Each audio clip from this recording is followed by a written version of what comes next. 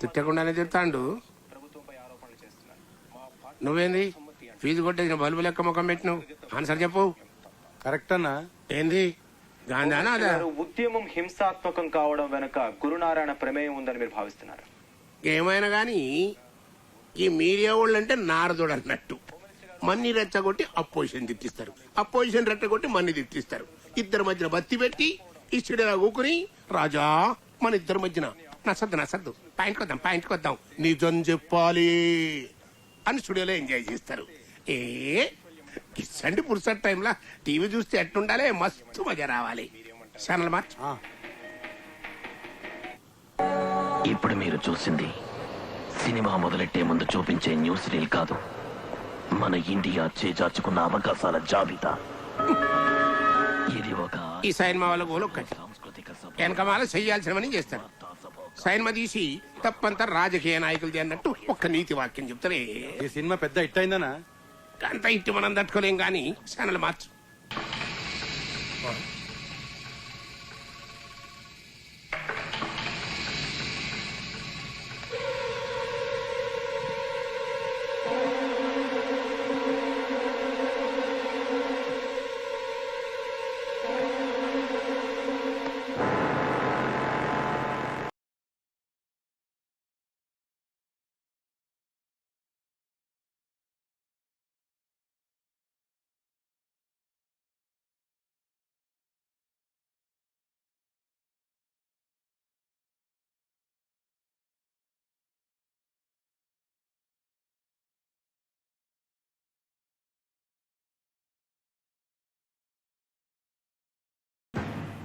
నేను సీఎం అవుడు కాదు, 2 ఆ దుర్గగాడు సచ్చుడు.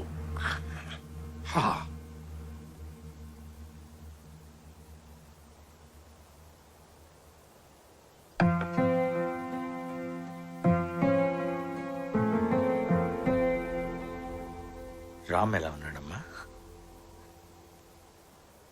ఒక వ్యక్తి తన ఐడెంటిటీని దాచుకొని ఇంత దూరం వచ్చి మనలో ఒకటిగా బ్రతుకుతున్నాడు అంటే తన పరిస్థితిని అర్థం చేసుకోవాలే గాని అసహించుకోకూడదమ్మా. తను ఒకప్పుడు దుర్గే అయినా ఇప్పుడు అన్ని వదిలి రామ్గానే బ్రతకాలనుకుంటున్నాడు. రామ్ గురించి బాగా తెలిసిన వ్యక్తిగా, మనుషుల్ని అంచనా వేయగలిగే ఓ సీనియర్ పోలీస్ ఆఫీసర్గా చెప్తున్నాను. తను గతంలో ఏం చేశాడన్నది పక్కన పెడితే మనిషిగా చాలా మంచివాడమ్మా. ఇన్నేళ్లు నీకు మంచివాడిగా కనిపించిన రామ్ ఒక్క రోజులో చెడ్డవాడైపోయాడంటే ఒక్కసారి ఆలోచించమ్మా, నీకే అర్థమవుతుంది. ప్లీజ్.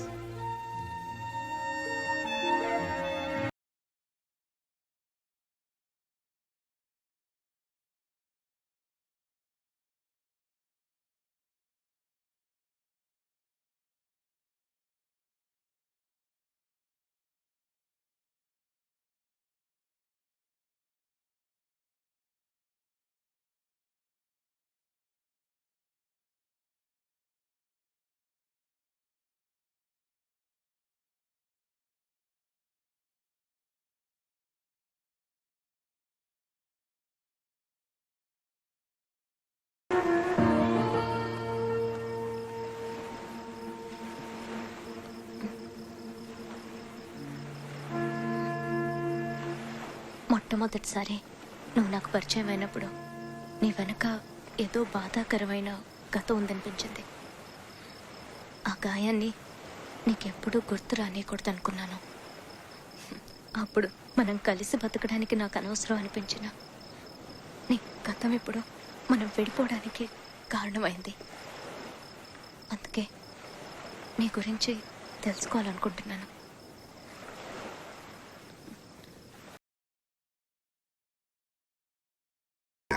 నన్ను హింస రాజకీయాల్లోకి లాగింది. జారీ గారు, చంపింది సర్కార్, దాన్ని చంపించినవారో మీకు తెలుసు, నాకు తెలుసు. ఇక మాట్లాడనవసరం. వెళ్ళి దొరికినట్టు నరికేద్దాం. పదండి. ఆగండి, ఇది టైం కాదు. దీనికి ఏమన్నా ముహూర్తం చూడాలా?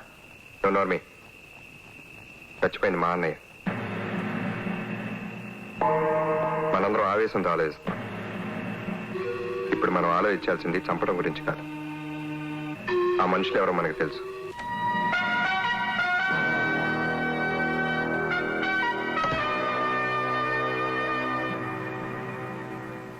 ఏంటి? మా అన్నయ్యని చంపిన వాళ్ళ మీద కంప్లైంట్ ఇవ్వడానికి వచ్చా.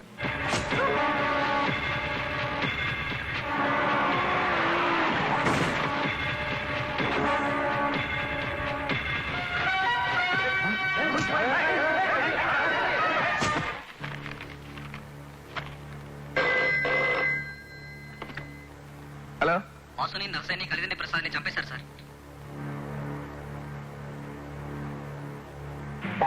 ఏది ఏమైనా సరే, ఎంత మందిని చంపైనా సరే, మా అన్నయ్య చేసింది నిలబడతాను. సమాజాన్ని బాధ్యతగా ప్రేమించే అనిత నేను వెళ్తున్న దారి తప్పని భావించింది. నా జీవితం నుంచి వెళ్ళిపోయి ఒక పోలీస్ ఆఫీసర్ని పెళ్లి చేసుకుంది. నాకు గురునారాయణకి మధ్య ఆధిపత్య పోరులో అమాయకులు బలైనప్పుడు బాధ్యత గల జర్నలిస్ట్గా అనితకు, ఆమె భర్త భరద్వాజకు గురునారాయణతో పాటు నేను శత్రువుగా కనపడ్డాను. కానీ ఒక్కడు మిగిలిపోయింది భయ. గాడే గా సీఎం గాడొక్కడు. పదవి కోసం ఎంత దారుణానికైనా ఒడిగట్టే గురునారాయణకు నాతో పాటు అనిత భరద్వాజులు కూడా శత్రువులయ్యారు. నన్ను కొట్టినోని బతికి బట్టగట్టనిస్తాను. దుర్గెక్కడా? తన భర్తని గురునారాయణ చంపబోతున్నాడని తెలుసుకున్న అనిత నా సహాయం కోరింది. వేల మంది అమాయకుల ప్రాణాలను బలిపెట్టి సీఎం అవ్వాలనుకున్న గురునారాయణ ప్లాన్ని నేను అడ్డుకున్నాను. గురునారాయణ తీవ్రంగా గాయపడటానికి, మత కలహాల కుట్ర కేసులో జైలుకి వెళ్ళటానికి నేను కారణమయ్యాను.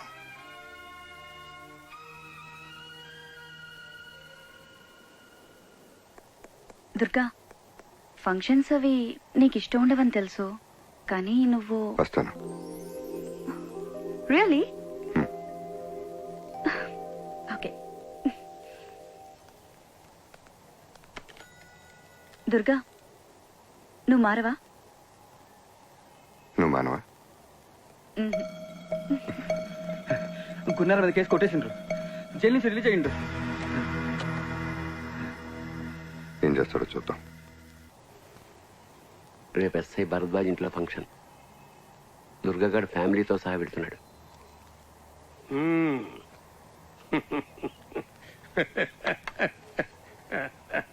లాయర్ సాబు, దూపుతోని పానం పోయేటోడి నోట్ల చల్లటి బీరు పోతున్నావా? బస్ నువ్వు శుభవార్త చెప్పినవు, నేను సావు కబురు చెప్తా. రేయ్, అక్క తరగండి ఒక రండి. అల్లం చేయకండి. Okay okay. బాబు రెడీ అయ్యాడు. ఇంకా మీ అరేంజ్మెంట్స్ పూర్తవలేదా? Everything is ready. నాన్న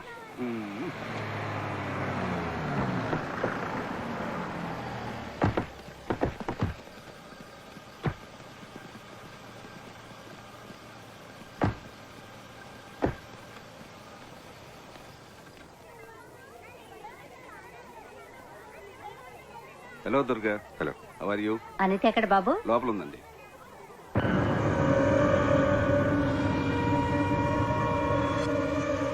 నీ మాటలన్నా కూడా ఏమండి? అనితకు నువ్వంటే చాలా అభిమానం. చాలే ఊరుకోండి, ఇప్పుడు ఇవన్నీ అవసరమా? Okay okay. అయినా దుర్గా, ఇప్పటికీ నువ్వు చేస్తుంది కరెక్ట్ అని నేను ఒప్పుకోను. అసలు ఈ సమాజంలో అందరిలాను. తల్లి, నన్ను వదిలే.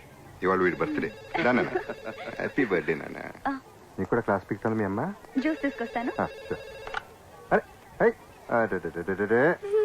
అక్కడ వాష్ బేసిన్ ఉంది.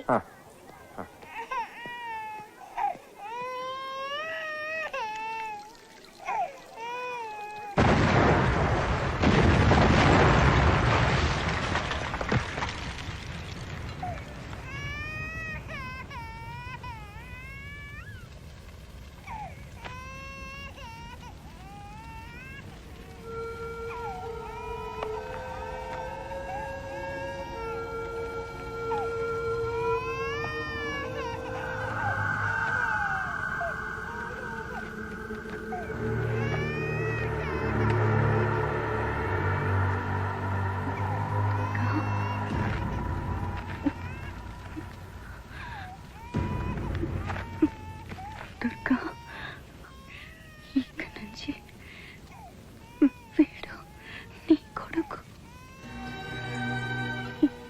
ఈ రక్తపాతం వీడి కంటనంత దూరంగా తీసుకెళ్ళు. నా ఆదర్శాలతో పెంచు.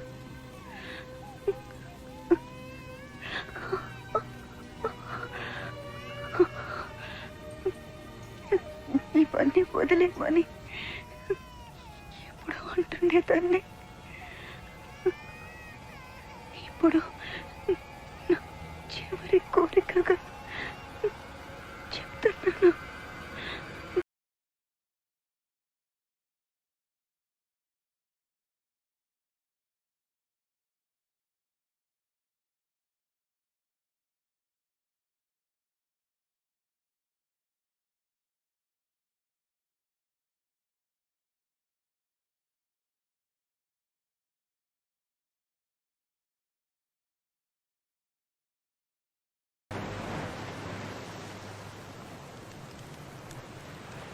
నీ గురించి తెలియక నేను తప్పుగా అర్థం చేసుకున్నాను.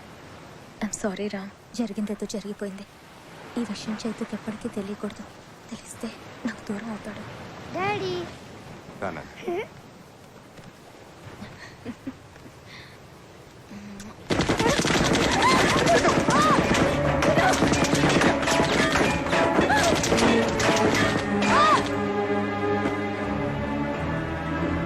దుర్గా, శంకర్ నారాయణని మాట్లాడుతున్నా. కొడుకు చచ్చిండని ఏడుస్తున్నావా లేక తప్పించుకున్నా అని ఖుషిగున్నా? ఇంకో పాడే రెడీ చేసుకో, నెక్స్ట్ నువ్వే చేస్తావు. విద్య, నువ్వు బాబు నేను తిరిగి వచ్చే వరకు పాండ్యన్ ఇంట్లో ఉండండి. ఇంకొకసారి ఆలోచించు రామ్. ఏ రక్తపాతం అయితే వీడికి అంటకూడదని ఎంత దూరం తీసుకొచ్చానో ఇక్కడ అదే జరిగింది. సమస్య ఎక్కడ మొదలైందో అక్కడే ముగిస్తాను.